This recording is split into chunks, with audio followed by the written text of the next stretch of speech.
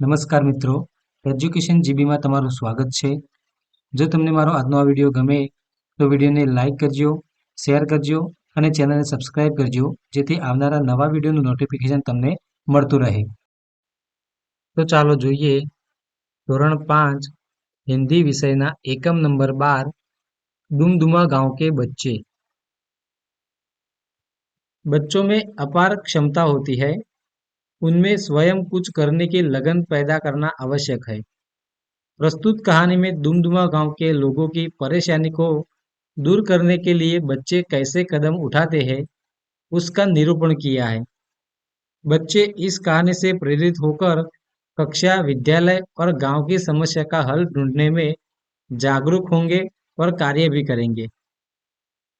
यह दुमदुमा गांव है। यहाँ हमेशा पानी की कमी रहती थी। खेत सूख जाते, लोग परेशान रहते, पर कोई उपाय उपाय नहीं कर पाते थे। बच्चे पानी में खेलना चाहते थे, तैरना चाहते, पर कहाँ। एक दिन बच्चे खेल के मैदान में इकट्ठा हुए। उन्होंने पानी की कमी दूर करने की सोची।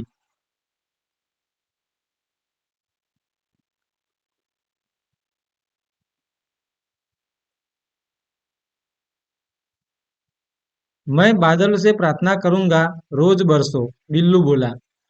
बादल रोज कैसे बरस बरस सकते हैं? महिमा बोली।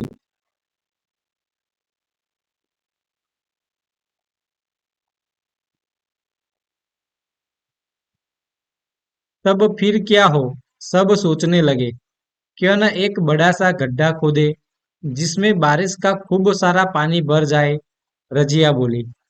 हाँ हाँ, यही ठीक है, सारे बच्चे बोले। फिर बच्चे लाए फावड़े, कहाड़ी, कुदाले और तसले। वे जमीन खोदते रहे, मिट्टी धोते रहे, बाहर फेंकते रहे। बच्चों को काम करते हुए गांव वालों ने देखा। वे भी बच्चों के साथ काम करने में जुट गए। इस तरह बना एक बड़ा सा तालाब। बरसात में उस तालाब में पानी भरा। पानी से खेतों की सिंचाई हुई। खेतों में मक्का और धान लहलहाए। लोग खुश हुए और बच्चे पानी में छपाछप खूब नहाए।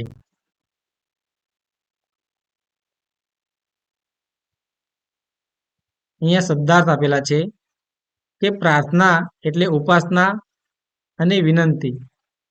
વિનતી. પાણી એટલે કે જલ, નીર, વારી. કમી એટલે કે અભાવ. પરેશાન, દુઃખી, વ્યાકુલ. ઉપાય, યુક્તિ, તરકીબ. બારિશ, वर्षा, बरसात. धान, अन्न. यहाँ चावल. अभ्यास है। प्रश्न एक है कि सोच कर बताइए। उसमें पहला प्रश्न है, आपके गांव या शहर में पानी के स्रोत कौन कौन से हैं? तो उत्तर है, मेरे गांव में कुएं, नदी, तालाब, चेक डैम, ट्यूबवेल आदि पानी के स्रोत है। दूसरा प्रश्न है, हम पानी का उपयोग कहाँ कहाँ करते हैं? उत्तर है, हम पानी का उपयोग पीने में, नहाने में, रसोई में, कपड़े धोने में, खेतों की सिंचाई और कारखानों में करते हैं। तीसरा प्रश्न, पानी हमारा जीवन है, पानी का अपव्यय नहीं करना चाहिए। अब बताइए कि लोग पानी का अपव्यय कैसे करते हैं? तो हम लोग पीने के पानी से हाथ पैर धोते हैं, नल चालू रखकर इधर उधर चले जाते हैं, पीने योग्य पानी से पशुओं को नहलाते हैं, पीने योग्य पानी से जीप, ट्रैक्टर आदि धोते हैं, टपकते नल को बदलते नहीं है।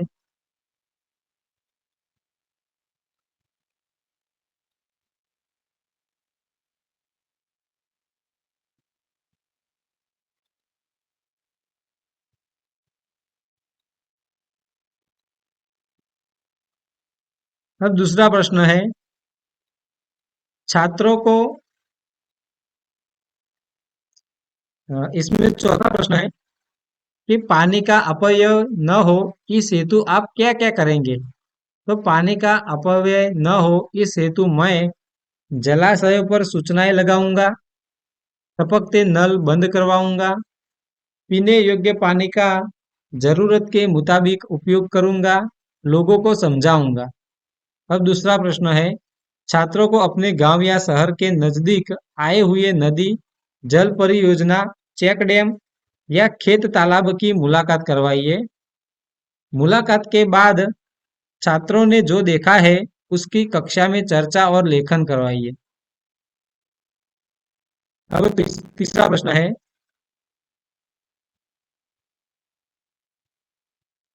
इकाई में आए शब्द नीचे दिए गए कोष्टक में छिपे हुए हैं, उन्हें ढूंढिए और ऐसे गोलाई कीजिए। तो यहाँ पर शब्द ढूंढे हुए हैं और ढूंढे हुए शब्द यहाँ लिखिए।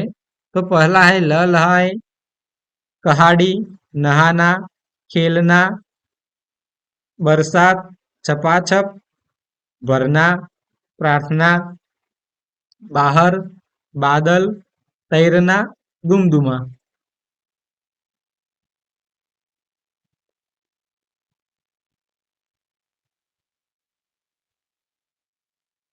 वह है, दिए गए इन वर्णों को योग्य स्थान पर रखिए और सार्थक शब्द बनाइए। तो यहाँ पर वर्ण दिए गए हैं न, सा, प, रो, स, पा, मी।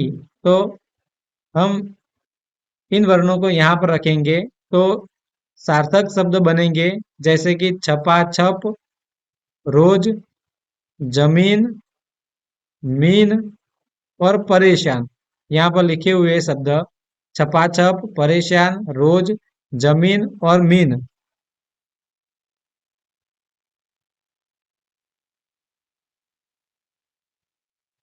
चौथा प्रश्न है, दिए गए चित्र के आधार पर 5 वाक्य लिखिए। तो यहाँ पर जो चित्र दिया गया है उसके आधार पर हमें 5 वाक्य लिखने हैं। तो हमने यहाँ पर लिखे हुए हैं कि यह गांव का दृश्य है, सुबह का समय है, सूरज निकल रहा है, आकाश में पक्षी उड़ रहे हैं, दूर कुछ पेड़ और घर दिखाई दे रहे हैं, एक मंदिर भी दिख रहा है, मैदान में 2 लड़के गेंद खेल रहे हैं, तालाब के किनारे 2 स्त्रियां कपड़े धो रही है, एक बालक खेत के पास खड़ा है, खेत में किसान है, किसान हल चला रहा है और 2 बैल हल खींचते हैं।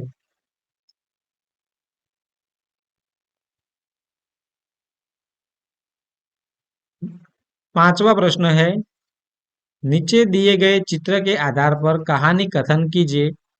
તો અહીંયા જે ચિત્રો આપેલા છે એ ચિત્રોના આધારે તમારે વાર્તા લેખન અહીંયા એટલે કે કહાની કથન કરવાનું છે, વાર્તા કહેવાની છે।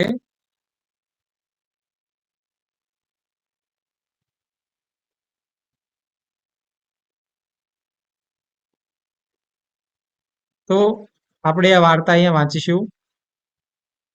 વાર્તાનું શીર્ષક છે કે मेंढक और सांप। एक तालाब था, उसमें बहुत सारे मेंढक रहते थे। तालाब के किनारे बरगद का एक पेड़ था, उसकी जड़ में एक बिल था, उसमें एक सांप रहता था। सांप रोज रोज किसी न किसी मेंढक को पकड़कर खा जाता था। मेंढक परेशान हो उठे थे। एक दिन उन्होंने आपस में मिलकर एक उपाय सोचा। दूसरे दिन एक मेंढक बिल के सामने खड़ा रहा, बाकी सभी मेंढक बिल के आसपास छिप गए।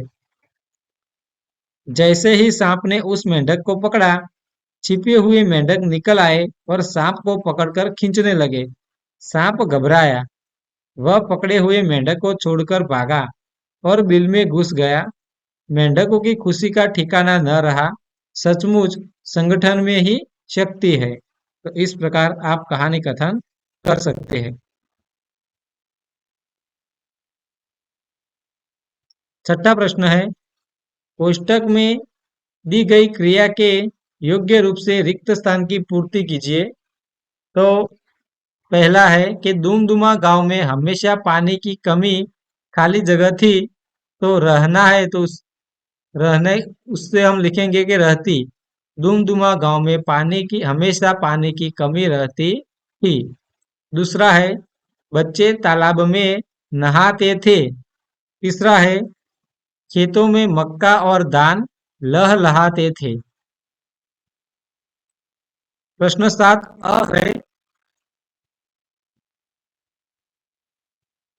कोष्टक में दिए गए शब्दों का उपयोग करके जो वाक्य लिखे हैं उन्हें पढ़िए और समझिए। लाल सफेद तीन और सुंदर और यहाँ पर वाक्य लिखे हैं कि खेत में गाय चरती है। खेत में लाल गाय चरती है। खेत में सफेद गाय चरती है। खेत में तीन गाय चरती है। खेत में सुंदर गाय चरती है। अब ब है कोष्टक में दिए गए शब्दों का उपयोग करके वाक्य लिखिए। लाल रंग बिरंगी तीन और सुंदर। तो यहाँ पर वाक्य दिया है कि बगीचे में फूल खिले हैं। तो हमें ये दो कोष्टक में शब्द दिए हैं, इनका उपयोग करके हमें वाक्य बनाने हैं। तो हमने यहाँ पर लिखे है कि बगीचे में लाल फूल खिले हैं। बगीचे में रंग बिरंगी फूल खिले हैं। बगीचे में तीन फूल खिले हैं। बगीचे में सुंदर फूल खिले हैं। अब क है निम्नलिखित शब्दों का उपयोग करके वाक्य बनाइए। तो यहाँ पर शब्द दिए है होशियार, सुंदर, काला, छोटा और थोड़ा। और वाक्य है नितेश होशियार लड़का है। यहाँ सुंदर फूल है। वह काला घोड़ा है। परेश छोटा लड़का है। गिलास में थोड़ा पानी है। अब स्वाध्याय है कि प्रश्नों के उत्तर लिखिए। पहला प्रश्न है दुमदुमा गांव की क्या समस्या थी? तो उत्तर है दुमदुमा गांव में हमेशा पानी की कमी रहती थी। दूसरा प्रश्न है पानी की कमी के कारण बच्चे क्या क्या नहीं कर पाते थे? पानी की कमी के कारण बच्चे खेल या तैर नहीं पाते थे। तीसरा प्रश्न है रजिया ने पानी की कमी दूर करने के लिए क्या उपाय बताया? रजिया ने पानी की कमी दूर करने के लिए एक बड़ा सा गड्ढा बनाने के लिए कहा। चौथा प्रश्न है जमीन खोदने के लिए बच्चे कौन कौन से साधन लाए? तो जमीन खोदने के लिए बच्चे फावड़े, कहाड़ी, कुदाले और तसले लाए। पांचवा प्रश्न है तालाब में बरसात का पानी भरने से दुमदुमा गांव को क्या फायदा हुआ? तो उत्तर है तालाब में बरसात का पानी भरने से दुमदुमा गांव में खेतों की सिंचाई हुई और खेतों में मक्का और धान बड़ी मात्रा में लहलहाने लगे।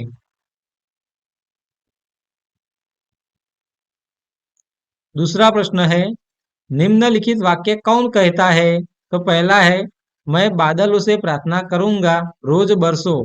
तो यह वाक्य बिल्लू कहता है। दूसरा है बादल रोज कैसे बरस सकते हैं? यह वाक्य महिमा कहती है। तीसरा है क्यों न एक बड़ा सा गड्ढा खोदे जिसमें बारिश का खूब सारा पानी भर जाए। तो यह वाक्य रजिया कहती है। तीसरा है निम्नलिखित शब्दों को शब्दकोश के क्रम में लिखिए।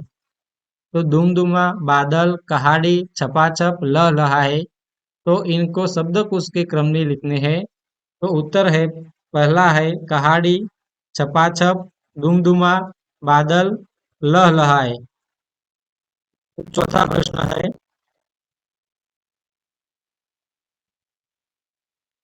गुजराती में अनुवाद कीजिए। पहला है बच्चे पानी में खेलना चाहते थे। બાળકો પાણીમાં રમવા ઈચ્છતા હતા। दूसरा पानी से खेतों की सिंचाई होती है। પાણીથી ખેતરની સિંચાઈ થાય છે। तीसरा बारिश के पानी से तालाब में पानी भरा। વરસાદના પાણીથી તળાવમાં પાણી ભરાયું। चौथा बच्चों ने पानी की कमी दूर करने की सोची। બાળકોએ પાણીની તંગી દૂર કરવાનું વિચાર્યું। और पांचवा एक दिन बच्चे खेल के मैदान में इकट्ठे हुए। एक दिवस बाळको रमतना मैदाનમાં એકઠા થયા।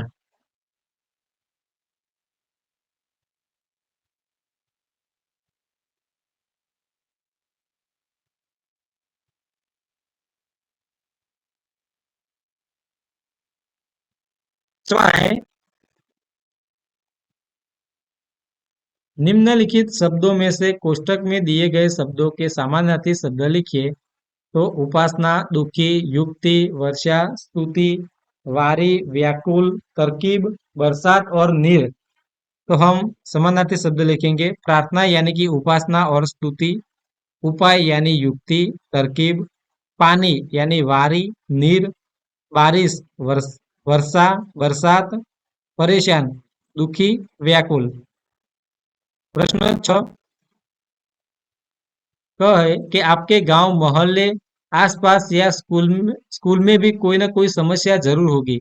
पता कीजिए और लिखिए वह समस्या क्या है। तो वह समस्या गंदगी की है। वह समस्या क्यों है? क्योंकि लोग अपनी जिम्मेदारी नहीं समझते हैं, कूड़ा कूड़ा आसपास में डाल देते हैं। वह समस्या किस प्रकार दूर हो सकती है? तो लोग अपनी जिम्मेदारी समझे, उचित जगह पर कूड़ादान रखा जाए, इस प्रकार यह समस्या दूर हो सकती है। उस समस्या को दूर करने के लिए तुम और तुम्हारे साथी क्या योगदान दे सकते हैं? तो इस समस्या को दूर करने के लिए मैं और मेरा साथी खुद सफाई करके, सफाई सप्ताह मनाकर, लोगों को सफाई का महत्व समझाकर, उचित जगह पर कूड़ादान रखकर। अब ख है कि इस समस्या के बारे में अपने सरपंच या नगर सेवक को पत्र लिखिए। हमने यहाँ पर पत्र लिखा है। तो प्रेषक है पाटन के ग्रामजन, मोहल्ला नंबर 2, दिनांक है 11 फरवरी 2025। प्रति मान्यवर सरपंच महोदय, पाटन ग्राम पंचायत। विषय मोहल्ले एवं गांव की गंदगी दूर करना। आपसे सविनय निवेदन है कि हमारे पाटन गांव में, खासकर हमारे मोहल्ले नंबर 2 में कूड़ादान नहीं है। अतः लोग इधर उधर कहीं भी कूड़ा डाल देते हैं, इसलिए गंदगी बढ़ती रहती है। इस प्रकार गंदगी बढ़ने से बीमारियां फैलने की पूरी संभावना है। अतः आपसे प्रार्थना है कि हमारे मोहल्ले में तथा पूरे गांव में कूड़ेदान रखवाए और उनकी सफाई करवाने का उचित प्रबंध करें, ताकि गांव स्वस्थ रहे, स्वच्छ रहे, स्वस्थ रहे। और यह पाटन मोहल्ला नंबर।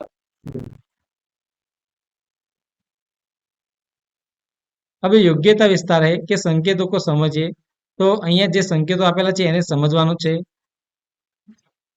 તો અહીંયા થોભો એટલે કે સ્ટોપનો સંકેત છે, અહીંયા સાંકડો પુલ છે, ગોળાકાર રસ્તો છે, આગળ સાંકડો રસ્તો છે, આગળ પહોળો રસ્તો છે, નો એન્ટ્રી પ્રવેશ બંધ, બંને સાઈડ માટે રસ્તો બંધ, ફક્ત સાયકલો માટે રસ્તો, સાયકલ માટે પ્રતિબંધ।